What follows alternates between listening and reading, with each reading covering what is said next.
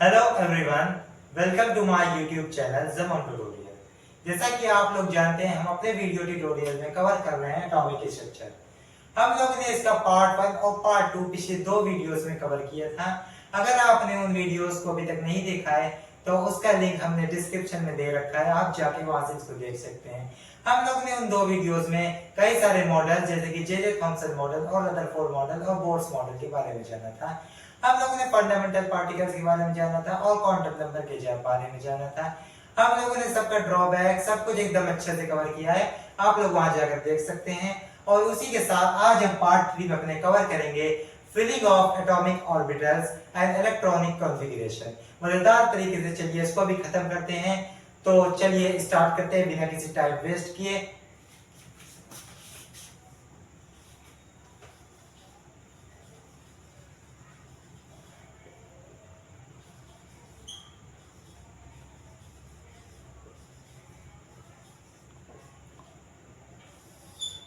Filling of orbitals.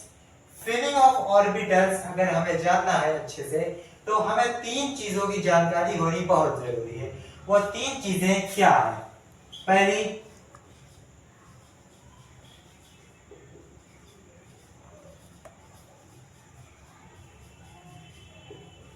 Polish exclusion principle. Polish exclusion principle ये सबसे basic चीज है अगर हमें फिलिंग ऑफ ऑर्बिटल्स के बारे में जानना है। अब ये क्या कहता है?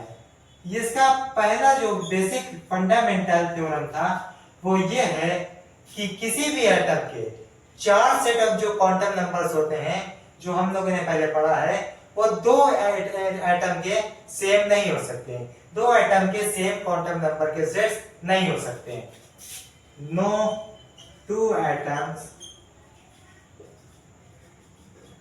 have same set of quantum number.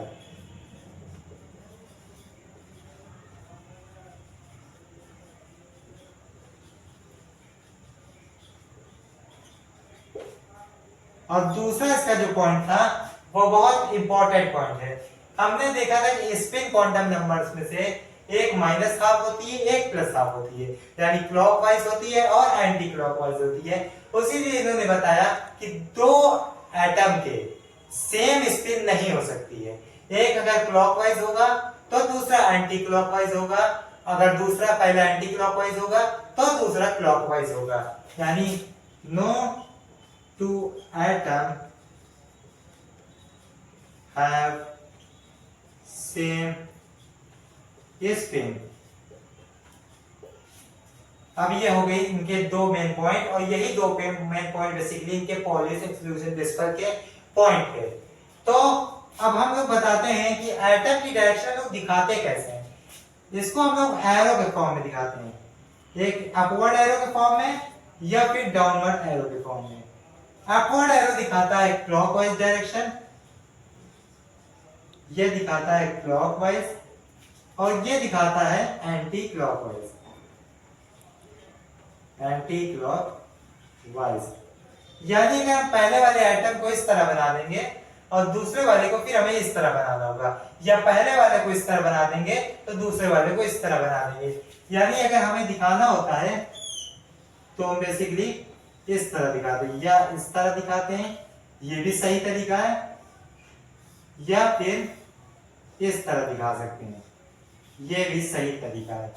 और अगर हम मान लीजिए कभी इस तरह बना देंगे यानी ऐसे, तो ये गलत तरीका है आपका, या फिर दोनों भी एंटी क्लॉकवाइज में नहीं हो सकते। इसलिए एक प्लस हाफ होगा, एक माइनस हाफ होगा।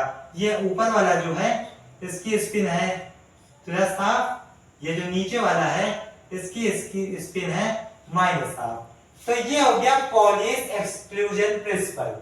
अब इसके बाद जो दूसरी चीज है वो है hunts rule of maximum multiplicity. चलिए उसको भी देखते हैं, इसको आप नोट कर लीजिए।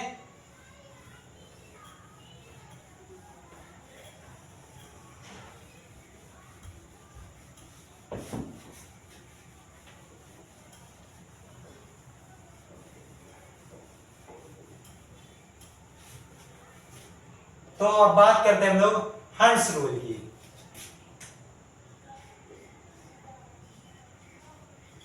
कुछ लोग उसे हुंस रूल भी बोलते हैं, आप हंस रूल बोलिए चाहे हुंस रूल बोलिए, बस इसकी डिफिनेशन आपको क्लियर होनी चाहिए। अब ये बताता है कि हम लोगों ने 4 ऑर्बिटल के बारे में पढ़ा था, एक एस, एक पी, एक डी, एक एफ। जब हम ऑर्बिटल्स को भरना शुरू करते हैं तो सबसे पहले इसको भरते हैं, ये फर्स्ट होती है, ये सेकेंड होता है, ये थर्ड और ये फोर्थ। जब तक हमारी एस ऑर्बिटल कंप्लीटली फिल्ड नहीं हो जाएगी तब तक हम पी ऑर्बिटल पे नहीं जाएंगे।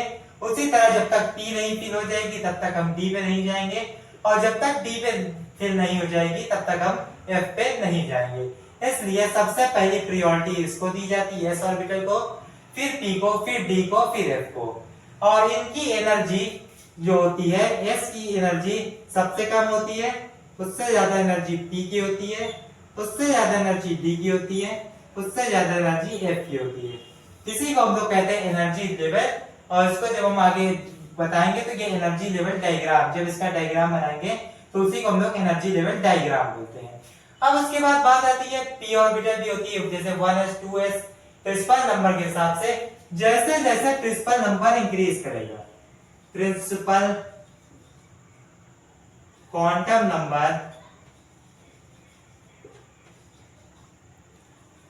Increase, energy increase. अब ये बहुत ही इंपॉर्टेंट रिजल्ट है आपका। अगर प्रिंसिपल नंबर किसी भी ऑर्बिटल का इंक्रीज करेगा तो उसकी एनर्जी भी इंक्रीज करेगी, यानी 1s की एनर्जी 2s से कम होगी। उसी तरह 2p की एनर्जी 3p से कम होगी और उसकी एनर्जी फिर 4p से कम होगी। इसी तरह इंक्रीज करती जाएगी एनर्जी, जैसे कि quantum number, principal quantum number basically बढ़ता जाएगा। अब प्रिंसिपल क्वांटम नंबर क्या होता है? प्रिंसिपल क्वांटम नंबर वैसे हम लोग ने अच्छे से पढ़ा, लेकिन बता दें आपको कि प्रिंसिपल क्वांटम नंबर जो होता है वो हमारी शेल बताता है कि किस शेल में एटम है। यानी अगर वो फर्स्ट शेल में है तो हम लोग यहाँ लिखेंगे 1s।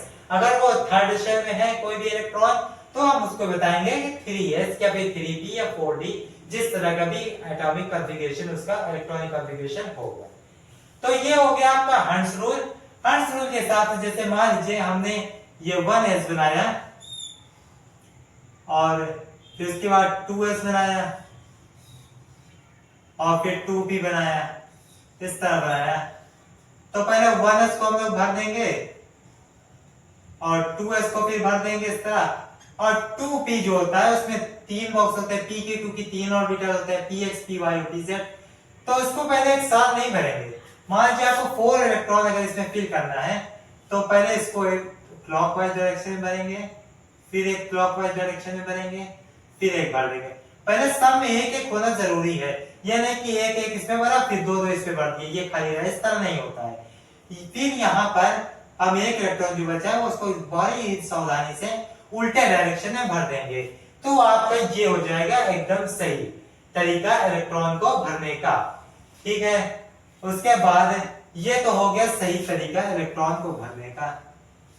उसके बाद हम जानते हैं कि हमें ये कैसे पता चलेगा कि किसमें पहले भरे, 1s पे पहले भरे कि 2p में पहले भर दे कि 3d में पहले भर दे। इसके लिए हमारे पास एक और तरीका आएगा जानने का, ऑफ बाउ प्रिंसिपल।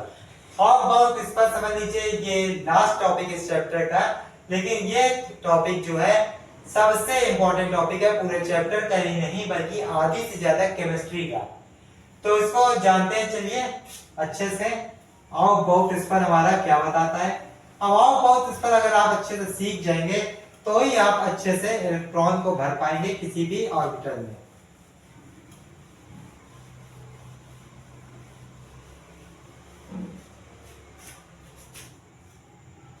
ऑफ बाउ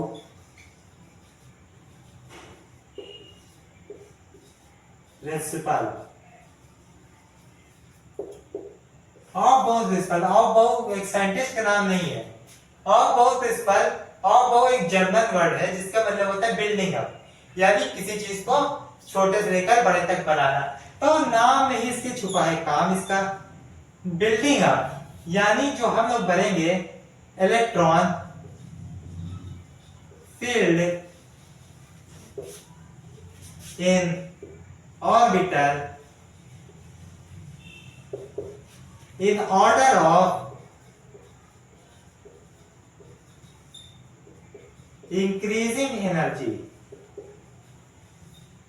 increasing energy।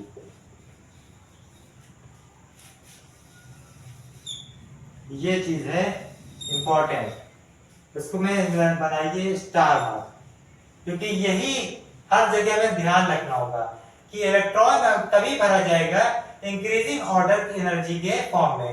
ये नहीं कि पहले कोई कहीं भी किसी तरह भी भर दे। एक मतलब ये एक तरीके से समझ लीजिए कि ये एथिक्स बना दी गई हम लोग की, कि हम लोग को इसी में चलना है। ये रूल बना दिया गया है कि अगर आपको ऑर्बिटल भरना है तो इस रूल को आपको मानना पड़ेगा। अब एनर्जी लेवल इंक्रीजिंग होता क्या है, तो वैसे तो इसका अगर हम लिखे फॉर्म तो वैसे आपको याद करने में थोड़ी दिक्कत होगी। तो इसको आसान तरीके से बनाने के लिए आप 1 से लेकर 7 तक लिख लीजिए। 1 2 3 4 5 6 7। अब 7 तक ही क्यों लिखा?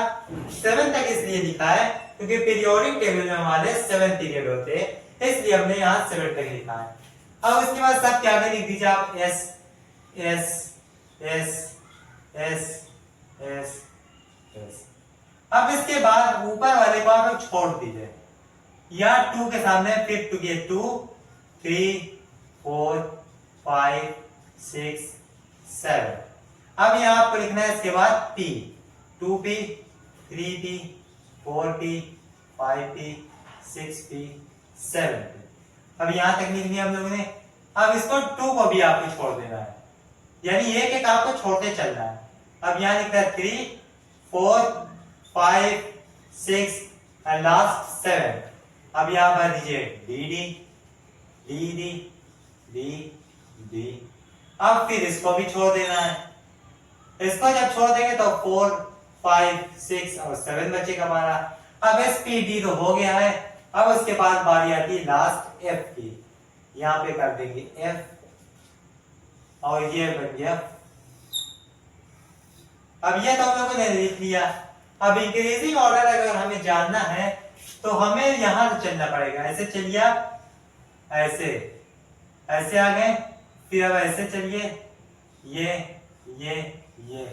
अब ऐसे ये फिर ऐसे, फिर ऐसे ऐसे ऐसे, फिर घूम के इधर आना पड़ेगा, फिर ऐसे ऐसे ऐसे, ये घूम के इधर आना पड़ेगा, ये यानी इधर गए, इधर आए, फिर इधर गए, इधर गए, नहीं इधर इधर, यानी आप लोग समझ सकते हैं कि हम लोग को इधर जाना, उल्टे डायरेक्शन में हम लोग को इधर आना है। 1 से 7। अब किसी का भी इलेक्ट्रॉनिक कॉन्फ़िगरेशन अभी तक 10th क्लास तक हम लोग किस तरह लिखते आए हैं, सिंपली 2-8 फॉर्म में, यानी 2n² जो कि बोर्स मॉडल के हिसाब से बोर्स दिया था, उस तरह हम अभी तक लिखते आए हैं।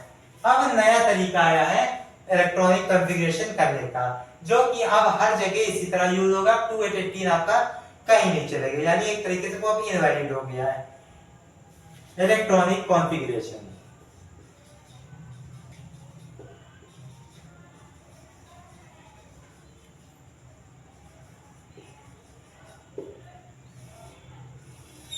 इलेक्ट्रॉनिक कॉन्फ़िगरेशन, सबसे पहले शुरुआत करते हैं अपने फर्स्ट एलिमेंट से, हाइड्रोजन से।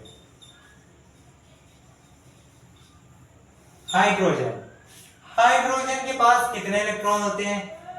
1 इलेक्ट्रॉन। 1 इलेक्ट्रॉन होते हैं हाइड्रोजन के पास। यार इसके लिए कौन सी शेल लगेगी?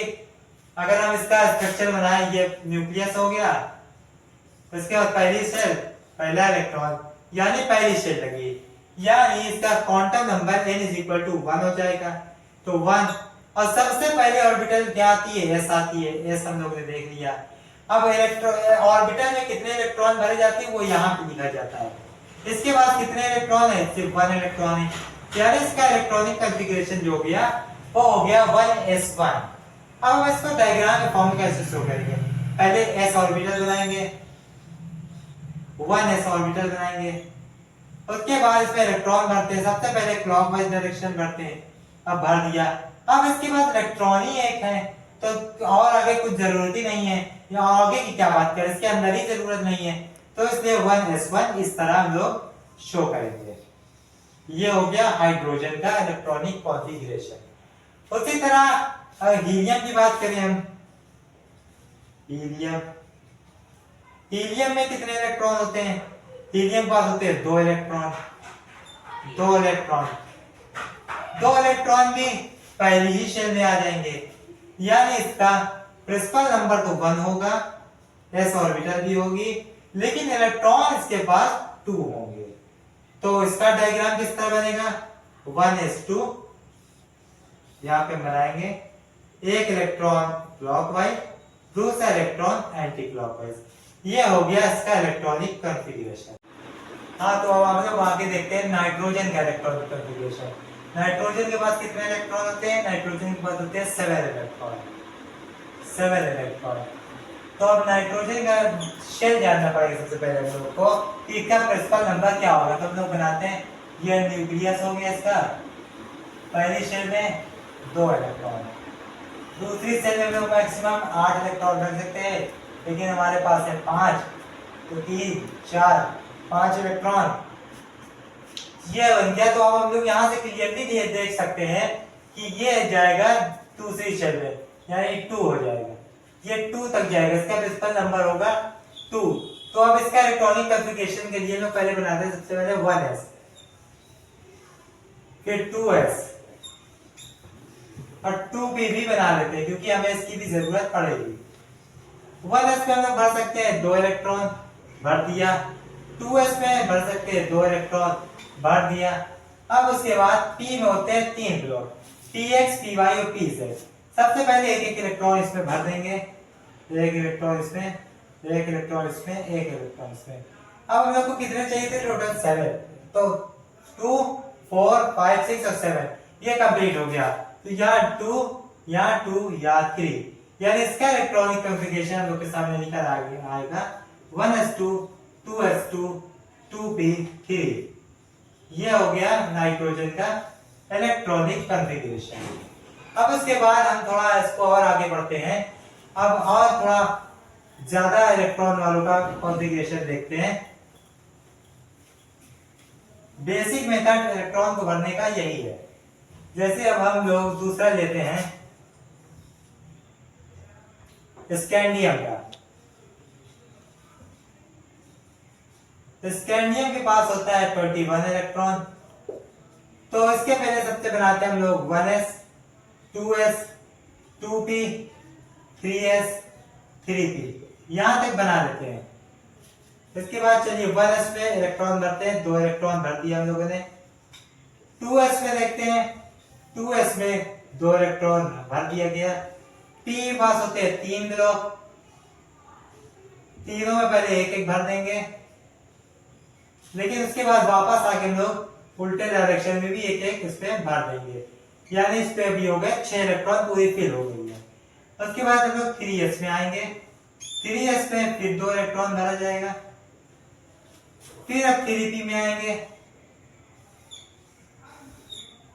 अब 3p में आएंगे तो देखेंगे 2 4 और ये 6 मिला के 10 2 12 हो चुके हैं।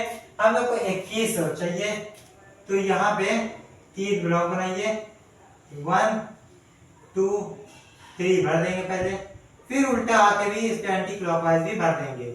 याद रहे कि एंटी क्लॉकवाइज भरना है, एक डायरेक्शन में इसको नहीं भरना है। अब चेक करेंगे एक बार कि फिर पूरे हो गए कि अभी बचे हैं कुछ। 2 4 10 12 14 16 18, अभी हमारे पास बचे 3 इलेक्ट्रॉन, यानी हम यहाँ पे लिखेंगे 4s। अब 4s बनाएंगे, 4s पे फिर 2 इलेक्ट्रॉन भर देंगे।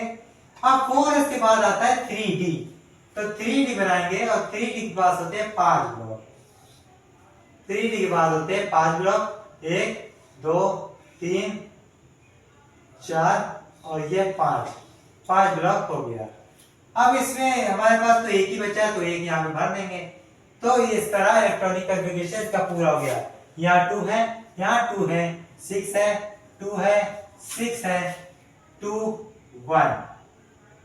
यानी इसका इलेक्ट्रॉनिक कॉन्फ़िगरेशन हम लोग का निकल के आया है 1s2 2s2 2p6 3s2 3p6 4s2 3d1। ये हो गया इसका फाइनल इलेक्ट्रॉनिक कॉन्फ़िगरेशन। इसी तरह हम किसी भी इलेक्ट्रॉन का किसी भी एटम के जितने भी नंबर ऑफ इलेक्ट्रॉन हो उसका एटॉमिक नंबर यानी कि इलेक्ट्रॉनिक कॉन्फ़िगरेशन हम लोग आसानी से निकाल सकते हैं। अब उसके बाद एक इंपॉर्टेंट रिजल्ट यहां से आया कि अगर अनपेयर्ड इलेक्ट्रॉन हो गया, अनपेयर्ड इलेक्ट्रॉन जैसे यहां पे आप लोग को दिख रहा है तो उसका नेचर डाईमैग्नेटिक होगा। और अगर पेयर्ड इलेक्ट्रॉन होगा यानी सारे इलेक्ट्रॉन पेयर्ड होंगे तो वो हो जाएगा पैरामैग्नेटिक। ये बहुत इंपॉर्टेंट रिजल्ट है, इसको आप लोग को याद करना है। तो इसी तरह से आज हम लोगों ने ये पूरा चैप्टर कंप्लीट कर लिया है। अब आपको क्या करना है, बेसिकली आपको अपनी टेक्स्ट बुक के ज्यादा से ज्यादा क्वेश्चन लगाने की प्रैक्टिस करना है जिससे आप परफेक्ट तरीके से इसको करना सीख जाए।